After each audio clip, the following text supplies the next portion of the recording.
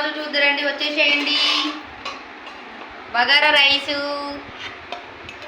మీరేం వండుకున్నారు? నేనైతే మా అల్లుడు వచ్చిండు, అందుకని బగారా రైస్ అయితే చేసిన. అండ్ దోసకాయ లివర్ కర్రీ అన్నమాట.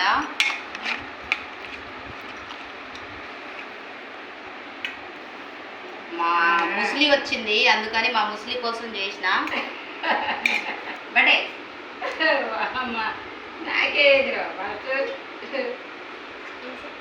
తర్వాత మా అల్లుడికి మీరేం తిన్నారు కామెంట్ చేయండి. మటనా చికెనా ఏం తిన్నారు? మాదైతే బగారా రైసు మటన్ కదా.